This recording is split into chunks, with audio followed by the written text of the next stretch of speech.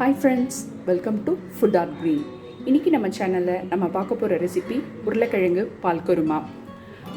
இந்த குருமா சப்பாத்திக்கு, பரோட்டாக்கு, புலாவுக்கு, even plain ரைஸ்க்கு கூட இது தொட்டுக்கிறதுக்கு நல்லாயிருக்கும். இதுக்கு தேவையான இன்க்ரீடியன்ட்ஸ் என்னென்னு பார்க்கலாம். 3 உருளைக்கிழங்கு வேக வச்சு எடுத்துக்கோங்க. 1/4 கப் பச்சை பட்டாணி, 2 மீடியம் சைஸ் பெரிய வெங்காயம், அதை இந்த மாதிரி தின் ஸ்லைசஸாக கட் பண்ணிக்கோங்க. 2 table spoon ginger garlic paste எடுத்துக்கோங்க. இப்போ எப்படி செய்கிறதுன்னு பார்க்கலாம். ஒரு பேன் எடுத்துக்கோங்க. பேன் சூடானதும் 2 டீஸ்பூன் நெய் சேர்த்துக்கோங்க. நெய் சூடானதும் பிரிஞ்சி இலை, 1 பட்டை, 4 கிராம்பு, அன்னாசிப்பூ, கொஞ்சம் கல்பாசி எல்லாத்தையும் சேர்த்து தாளிச்சுக்கோங்க.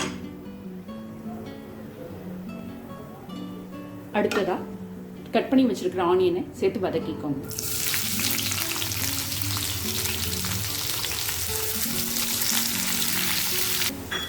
வெங்காயம் ஓரளவுக்கு வதங்கினோன்னு ஜிஞ்சர் கார்லிக் பேஸ்ட்டை சேர்த்துக்கோங்க. அதோட ராஸ்மெல் போகிற வரைக்கும் நல்லா வதக்கிக்கோங்க.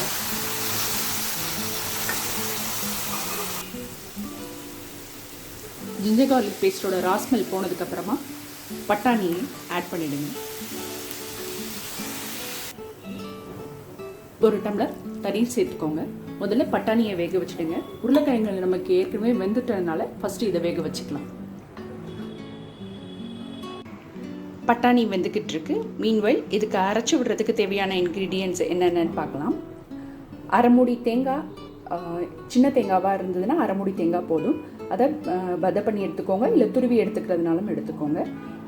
1 டீஸ்பூன் கசகசா, 1 டீஸ்பூன் சோம்பு, 10 முந்திரி. முந்திரி வேண்டாம் அப்படின்னு நினச்சிங்கன்னா நீங்கள் பொரிக்கடலை கூட யூஸ் பண்ணிக்கலாம். உங்களுக்கு காரத்துக்கு ஏற்ற மாதிரி பச்சை மிளகாய், நான் 2 பச்சை மிளகாய் எடுத்திருக்கேன். இது எல்லாத்தையும் மிக்ஸி ஜாரில் போட்டு நல்லா ஃபைன் பேஸ்ட்டாக அரைச்சி எடுத்துக்கோங்க. இப்போ பட்டாணி நல்லா வெந்துடுச்சு. இது கூட 1 தக்காளியை கட் பண்ணி போடுங்க. ஃபஸ்ட்டே தக்காளியை சேர்த்துட்டோன்னா அந்த தக்காளியோட கலர் அதில் ஃபுல்லாக இன்ஃப்யூஸ் ஆகிடும். ஸோ ரெட்டிஷ் ஆகிடும், நமக்கு ஒயிட்டாக கிடைக்காது. அதனால கடைசியாக நம்ம சேர்த்துக்கலாம். அடுத்தது வேக வச்சிருக்கிற உருளைக்கிழங்கை இந்த மாதிரி கட் பண்ணி போட்டுக்கோங்க.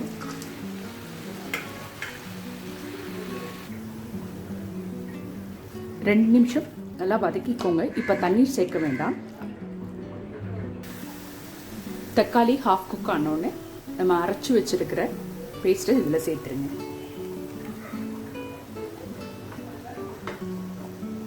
நல்லா மிக்ஸ் பண்ணி விட்டுடுங்க. இப்போ உங்களுக்கு தேவையான அளவு தண்ணீர் சேர்த்துக்கோங்க. நான் 1 டம்ளர் தண்ணீர் சேர்க்குறேன்.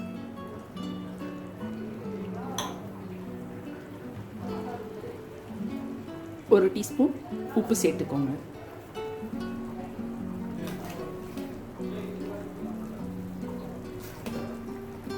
நல்லா மிக்ஸ் பண்ணி விட்டுடுங்க. நல்லா ஒரு கொதி வந்ததும் ஸ்டவ்வை ஆஃப் பண்ணிவிடுங்க. டேஸ்டியான உருளைக்கிழங்கு பால் குருமா ரெடி. நீங்களும் ட்ரை பண்ணி பாருங்கள். உங்கள் கமெண்ட்ஸை சொல்லுங்கள். தேங்க்ஸ் ஃபார் வாட்சிங். உங்களுக்கு இந்த வீடியோ பிடிச்சிருந்ததுன்னா லைக் பண்ணுங்கள், ஷேர் பண்ணுங்கள். ஃபுட் ஆர்ட் க்ரீன் சேனலை சப்ஸ்கிரைப் பண்ணுங்கள். மறக்காமல் பெல் ஐக்கான் கிளிக் பண்ணுங்கள்.